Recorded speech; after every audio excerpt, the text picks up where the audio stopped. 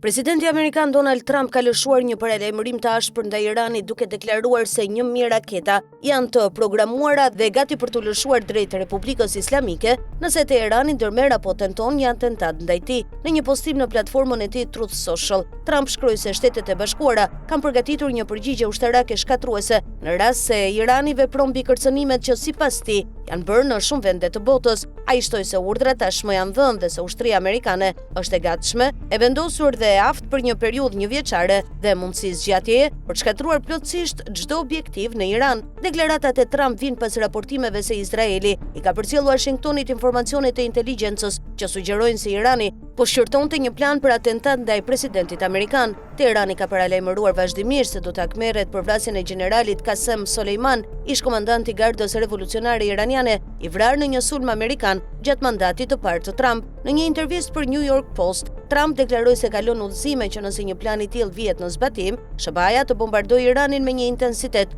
që nuk është parë kurrë më parë. Megjithatë, ai hodhi poshtë pretendimet se Izraeli kishte sinjalizuar një kërcënim specifik dhe të menjëhershëm. Trump deklaroi gjithashtu se armëpushimi mes Shteteve të Bashkuara dhe Iranit tashmë ka përfunduar, ndonse konfirmoi se Washingtoni ka pranuar kërkesën e Teheranit për të vazhduar bisedimet. Deklarata erdhi pas shkëmbimit më intensiv të sulmeve mes dy vendeve që nga hyrja në fuqi e armëpushimit. Sipas raportimeve, Komanda Qendrore e SBA-s, CENTCOM, zhvilloi 2 ditë operacionesh ushtarake gjatë kësaj jave duke goditur ndër të tjera linja e kurridore që Irani dyshohet se i përdorte për transportimin e furnizimeve ushtarake. Ndërkohë, administrata Trump i ka dërguar Iranit një ultimatum duke kërkuar që Teherani të deklarojë publikisht se ngushtica e Hormuzit do të mbetet e hapur për lundrimin ndërkombëtar dhe të angazhohet për ndalimin e sulmeve ndaj anijeve tregtare. Mesazhi, sipas raportimeve, është përcjell si drejt për drejt, ashtu edhe përmes ndërmjetësve rajonal. Ministri i jashtëm iranian Abbas Araghchi pritet të zhvillojë bisedime në Muscat me homologun e tij nga Omani, Said Badr al-Busaidi,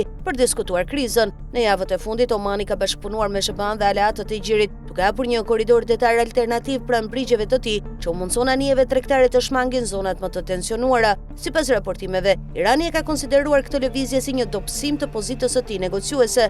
Zyrtar amerikan pretendojnë se negociatorët iranian kanë planuar në bisedime private se element radikal brenda regjimit kanë kryer sulme ndaj anijeve tregtare në përpjekje për të forcuar pozitat e Iranit. Një zyrtar amerikan deklaroi se përfaqësuesit iranian kontaktuan Washingtonin pas përshkallëzimit të fundit të konfliktit, duke thënë: "Gabuam, e kishim gabim. Le të vazhdojmë bisedimet." Sipas të njëjtit zyrtar, brenda udhëheqjes iraniane ekzistojnë përçarje lidhur me mënyrën e zbatimit të memorandumit të mirëkuptimit me SBA-n dhe me drejtimin që duhet të marrin negociatat. Washingtoni pret që pas takimit të së shtunës në Oman, Irani të publikojë një deklaratë ku të angazhohet për ndërprerjen e sulmeve ndaj anijeve dhe të konfirmojë se të gjitha rrugët detare në ngushticën e Hormuzit do të mbeten të hapura pa tarifa apo kufizime shtesë. Një tjetër zyrtar amerikan paralajmëroi se nëse Teherani nuk përmbush këto kërkesa, pasojat do të jenë serioze. Nëse ky është qëndrimi i tyre, atëherë nuk do të jetë një ditë e mirë për ta, deklaroi ai.